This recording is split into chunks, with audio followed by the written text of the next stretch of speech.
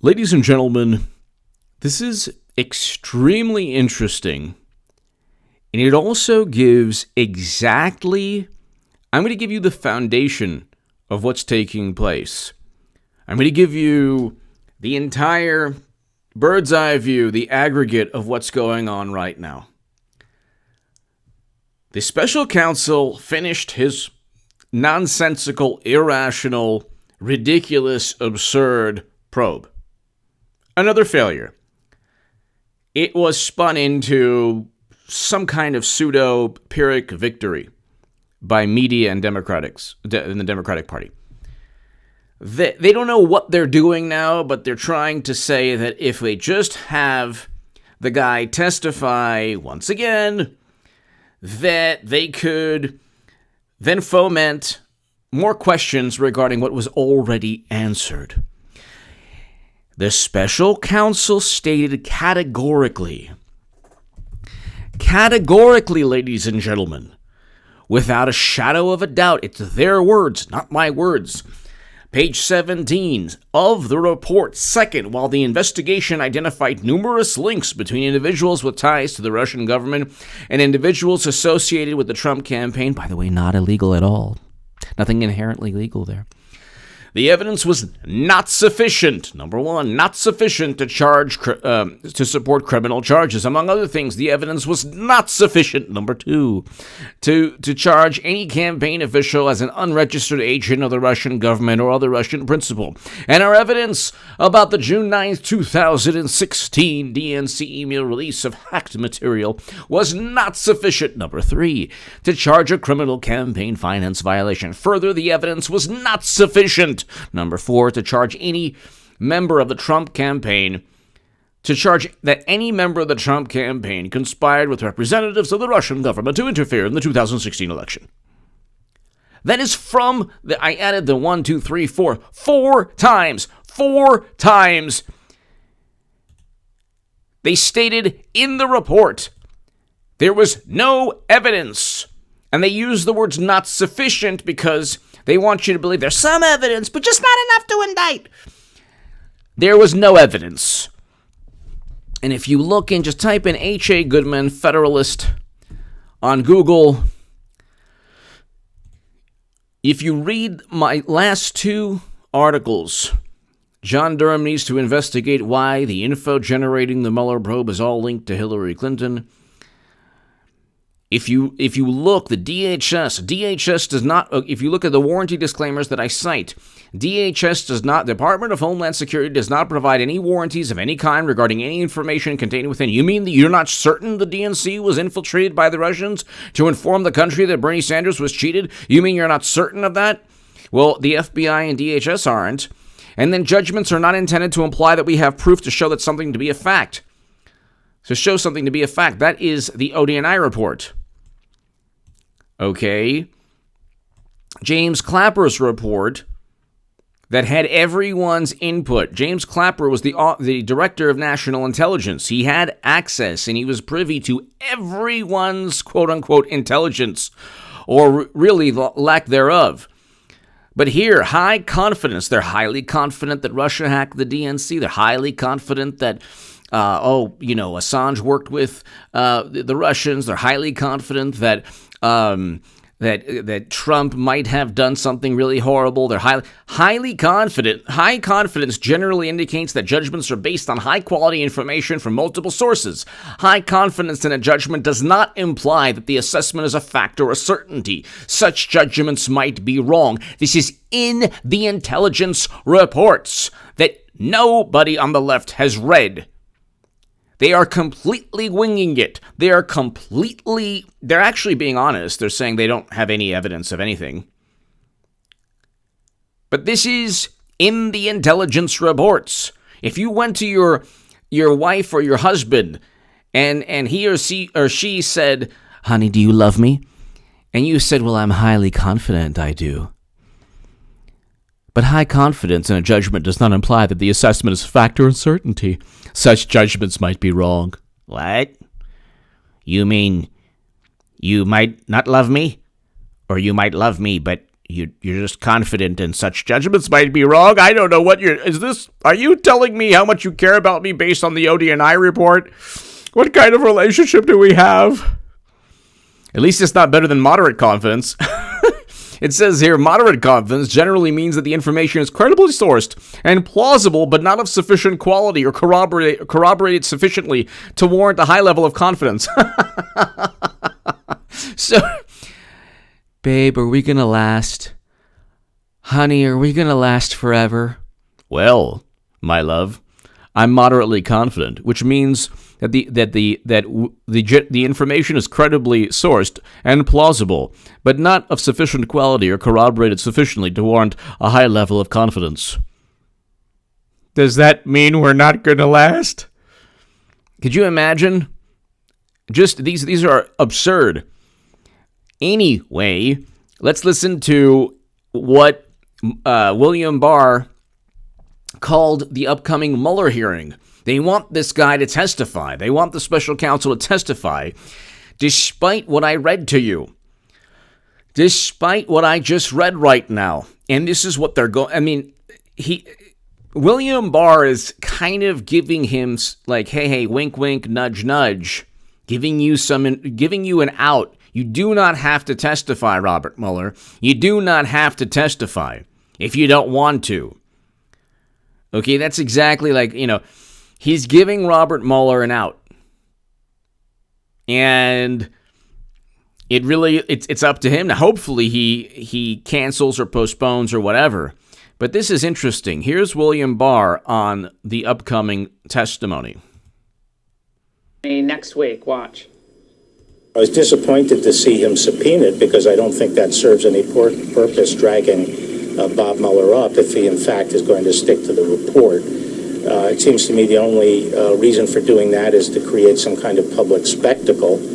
And if Bob decides that he doesn't want to be subject to that, then the Department of Justice would certainly back him. The Department of Justice would certainly back him. Meaning, wink, wink, nudge, nudge. If you don't want to testify, Bob, you don't have to. You really don't, Bob. Because guess what? William Barr has your back. Here it is. I was disappointed to see him subpoenaed because I don't think that serves any purpose dragging Bob Mueller up if he, in fact, is going to stick to the report. It seems to me the only reason for doing that is to create some kind of public spectacle. And if Bob decides that he doesn't want to be subject to that, then the Department of Justice would certainly back him. Calls it a public spectacle. A public spectacle. Which really is what it's about. It is a public spectacle. That's it. It's a public spectacle. That's all it is. It's another public relations stunt by the Democratic Party. Oh, we're going to ask Mueller. Were you worried? They've gone from Trump worked with Putin to Trump obstructed justice even though he didn't work with Putin to, well, it doesn't matter. This is where they're going. And this is important, ladies and gentlemen. They're going to, well, it doesn't matter if there were violations of FISA abuses. It doesn't, FISA violations regarding the warrants. It doesn't matter if they deceived FISA judges, which is illegal. It doesn't matter if Comey leaked classified memos, which is illegal. Excuse me. It doesn't matter if Peter Strzok said, we will stop Trump. We have an insurance policy. It doesn't matter if there are 500 warrants. It doesn't search warrants. It doesn't matter if there were 100 names unmasked. It doesn't matter if it costs $40 million. It doesn't matter if every single publication repeated the nonsense of the Steele dossier. Doesn't matter if the Steele dossier is complete bogus nonsense or that linked to Clinton. It doesn't matter if CrowdStrike was outsourced by the Democratic Party, a pure conflict of the definition of a conflict of interest. which is unprecedented. The United States government doesn't make foreign policy decisions based on third-party tech firms. They're going to say none of this matters because Trump is capable of anything. They're going to go back and justify their illegal and irrational behavior by saying, well, he's capable of anything. Our contempt was warranted. Even though all of our misdeeds turned out to be, well, fabricating evidence and setting up and framing an innocent person. And it doesn't matter if he's innocent because he represents a whole lot of bad things. And if you represent bad things, well, everything is fair game. That is where they're at, ladies and gentlemen, in terms of logic and reason. That is the overall bird's eye view in aggregate of everything. And I mean that's where we're at as a country.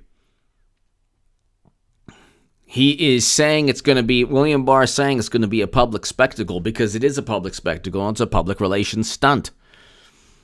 I already stated, look, even before the Mueller report, there were the ODNI and DHS reports that literally tell the country, we have nothing. We only have an opinion based on confidence. And James Clapper is like, it can't be a criminal probe. I mean, we're just doing our job. No, sorry.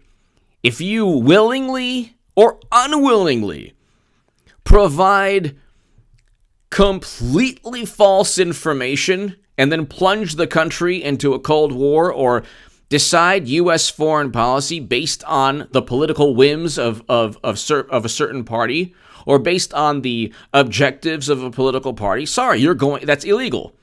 Under U.S. Code, and I explain this in my Federalist article, 18371. Okay? The code that they want to... Okay, James Clapper knew there was no... Comey and McCabe should be charged for conspiring to defraud Americans. That is the article title.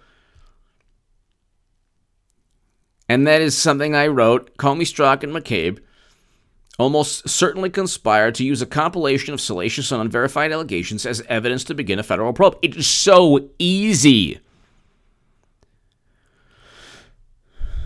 It is so easy to see what took place. They utilized the United States government to simply frame and set up Trump and everyone around Trump. And they did so under the guise of protecting national security, but Facebook ads aren't national security, nor is any alleged DNC hack. And we have no clue if it was hacked. The indictments, okay, you could indict somebody and that person could be innocent. So simply indicting somebody doesn't mean you have evidence, number one. Number two, the evidence was the Steele dossier and a CrowdStrike assessment that wasn't even given to the U.S. government. The unredacted assessment wasn't given. So all of the CrowdStrike information wasn't even relayed to James Comey and Clapper and Brennan, all of them. What they did was obvious. Look, you have millions upon millions of people on the left who don't care. They do not care if Trump was framed or set up. And they will believe anything. You know those people who know better, but they quote AOC and they defend, her nonsense, which, by the way, I talk about in my latest Jerusalem Post article. It is below in the pinned comment. You know those people who are yeah, you're defending, and then the best part is that when they defend that nonsense, that's easily, you can easily defeat anyone in that type of debate. And by the way, I will have a website coming out, hopefully, it's probably going to take about a month more, probably longer, a little bit longer, to help you defeat anyone on the left on any major topic. And anyone who has Trump derangement syndrome, it will help you defeat that person. But, I mean, ladies and gentlemen, they don't care. They don't care anymore. They're going to they must create their own reality for 2020. So you have to kind of don't get upset anymore. Don't get surprised. Don't get stunned. Don't get outraged over any nonsense from the left or the Democratic Party or liberals or even many progressives. Because a great many people on the left have to create their own reality. Media does also. And when Clinton runs again, and she will run again, they're not going to go with the Botox cadaver, and they're not going to go with anyone else. Because Willie Brown wrote, one of the reasons, in addition to many I wrote, and I wrote this, explained this in the Times of Israel. It's below in the pinned comment, why Clinton's running again. But nobody in the current field can defeat Trump. The issue with the Democratic Party, it's a gigantic political machine running on money. That's it. You think Biden's going to raise money? You think any of them are going to raise money? As much money as Clinton? No. The Golden Muumuu will rise again above the DNC, and she basically controlled the DNC, which is what Donna Brazile said. There was a fundraising agreement. So all of this, when she eventually runs, hopefully sooner than later, but when she eventually runs, very likely either before or right after the third debate, you will see that all of this was a propaganda tool, was a Democratic Party endeavor. None of this had anything to do with national security. We're asleep at the wheel as a country. Again, unfortunately, because of the Democrats. We're asleep at the wheel. And I won't get into that. You know what I mean. You know what I'm talking about. We're asleep at the wheel. We think Facebook ads are an existential threat. Well, not we. I should say mainstream media. Do you want a hostile foreign power interfering in our election? Translation, you lost. Because the truth about you was published. So you think it's this they have spun all their misdeeds into this grandiose, elaborate narrative where Trump worked with Russia, but now we found out he didn't work with Russia, but then he obstructed an investigation that was unlawful to begin with. And at the end of the day, nobody cares. Americans do not care. Even the people who claim to care, when you just counter them, like, it's not just, it's like a bunch of their narratives. Well, you don't think this person was credible? No. And just, get into that. I mean, you know what I'm talking about, too. I'm not going to get into it. Well, what did this person have to gain? A lot. What? And then there's nothing to say after that. You just poke holes in it's easy to do. Democrats are like very skilled at trying to convince people of that their own eyes are deceiving them. The Democrats have a great skill because with Democrats, and I remember when I was on the left, they actively forget. They almost have political amnesia. It's like, it's like this political Alzheimer's they have, where they know Eric Schneiderman, Justin Fairfax, Kevin, Keith Ellison, Bill Clinton. Oh, we don't have to get... Bill Clinton, who should be in the news a lot more. Let's not talk about that. And yet they pontificate, and they forget that they're standing on a soapbox full of all the criminality they claim to be against, and all the racism as well. We can go on forever. And when Clinton runs again, it will vindicate every single thing I have said about the left. And I will continue to say that because I took a lot of heat for it. And it will vindicate everything that I have been saying. They do not have a political party. Right now, it's essentially a cult. They don't have a political party. There are no primaries that are not rigged nowadays. Okay? The Clintons learned after they lost to President Obama that they needed to merge the Democratic Party, the media, and the intelligence community to have even a chance at winning. Because Because Madam Cyberhack, the wonderful and brilliant and amazing and talented Hillary Clinton, if it's a choice between the Golden Moo and anyone else, that other person is going to win. So they had, and the interesting thing is, she lost to President Obama. She lost to Bernie Sanders because people say, well, oh, she won. She defeated Bernie by so many votes.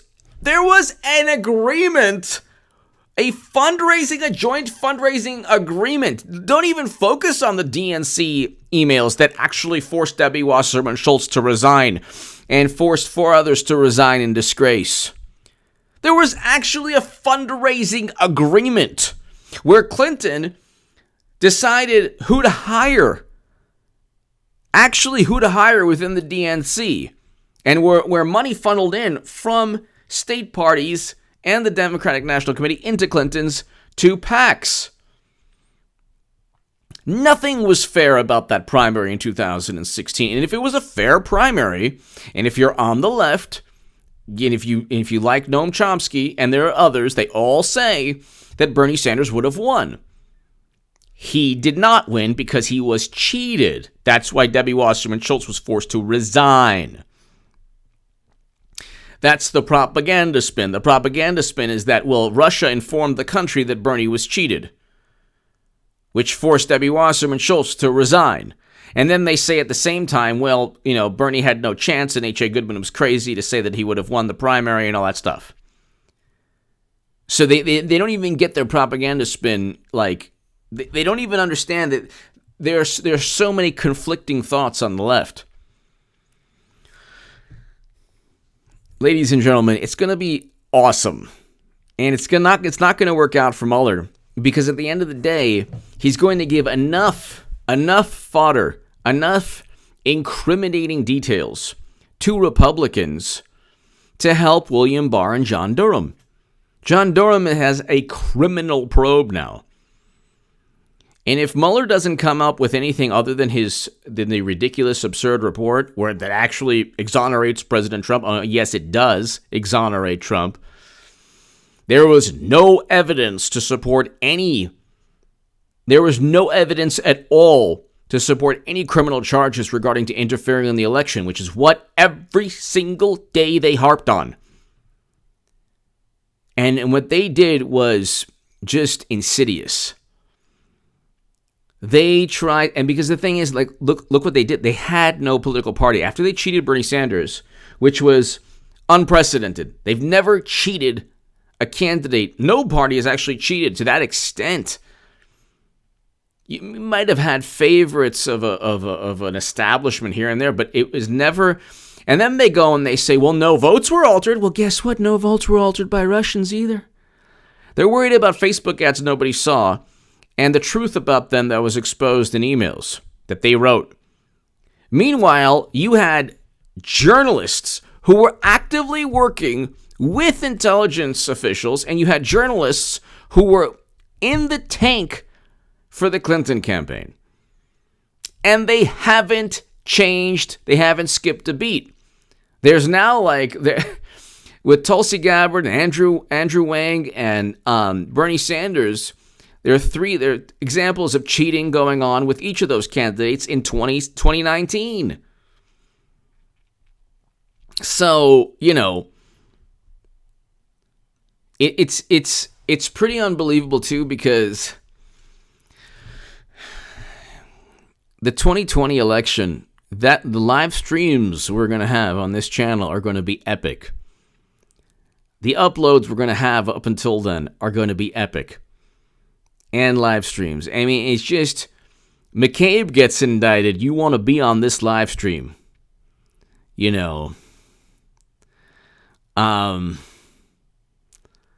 Ladies and gentlemen, if you want to support my voice long term, my Patreon link is below in the pinned comment.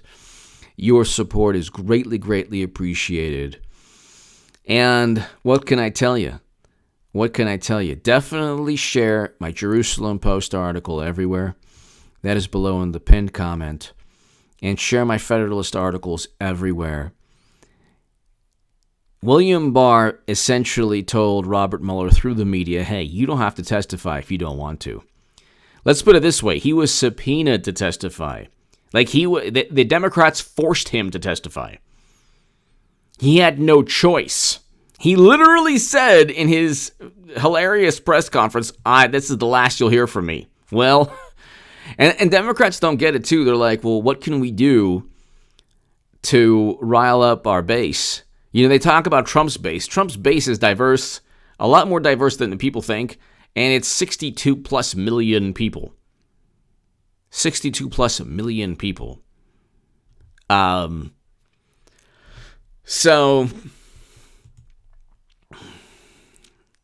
the Democratic Party base believes that Russia worked with Trump to interfere in the election.